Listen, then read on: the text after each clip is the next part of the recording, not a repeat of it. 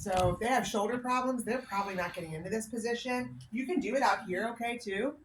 And then what you're just doing is you're having them pull up and back, and you're going to palpate down closer under the spine and scapula, medial border between spine and scapula, down to the inferior ankle, anywhere in that area. Okay. So when I pull up here, you're going to hold there, hold. Okay, and then what I'm going to be doing is pulling here, and I'm pulling up and out. So she just pulled down and back for retraction and downward rotation. I'm pulling her into protraction and upward rotation. So I'm going to pull here and kind of hold, hold. Okay, she's got pretty good. At the very, very end, like a max pull, I felt her inferior angle start to shift out a little. So if I were really being nitpicky, I could give her a 4+, but I was being pretty mean on her scapula, so she's fine. The rhomboid's not the problem. Why do you think rhomboids are often not the problem? The middle trap is. They work a lot. Why? Yes. Because you're doing them in like most of the movements that you do. Like we do things down here a lot. We're doing stuff here. We're often not doing things up here, which is more where we'll get our middle trap going. So if you're looking at the two, middle trap will usually need a little more, which is why I was telling a couple of people talking about doing rows. You probably don't need rows here as much.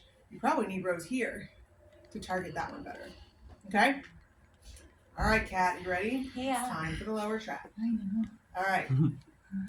The low trap, I need you to think back on the middle or the glute med for a minute, okay? When we did the glute med muscle test, it had to be pure abduction. If they drifted into flexion or they drifted into a rotation, that was a breaking point, right? That's if they drift into a substitution or pull into a substitution, they're not holding test position. For the upper or lower trap, when we are up at about 145 degrees of motion, we will have upper trap engagement. As soon as you raise your arm, I don't remember the exact degree, but as soon as you raise your arm up, your upper trap kicks in a little. What we're not looking for, again, is that it's substituting with the upper trap. There's a difference between active engagement and a full-blown substitution, okay? I'm going to show you. It's a very exact science.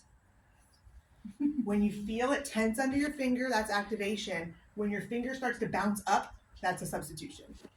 I know that's not very precise, but it's the way I've kind of learned to feel for it. Like, people are like, oh, I feel her upper trap. That's normal. It's going to engage to hold her arm up. But if it's doing this, it's engaging because the low trap is weak. It's substituting. So I'm going to take her arm up overhead. If they have shoulder issues and can't get in this position, you can put the arm off the table. You just need it elevated because of the upward rotation. Okay? So I'm going to be up here and I'm going to say, Kat, the motion we're going to be doing is bringing this shoulder blade down to this back pocket.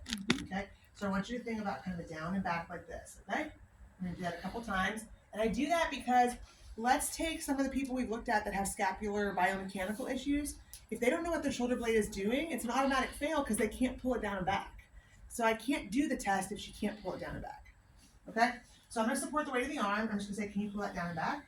Good. Now do it again. I'm going to feel down here. Good. Feel that trap kicking in. Beautiful. Okay, so now what you're going to do is you're going to get in that position. I'm going to slowly release your arm. And I want you to just hold the position without shrugging your shoulder. Okay? So we're going to go down and back. And I'm going to release your arm.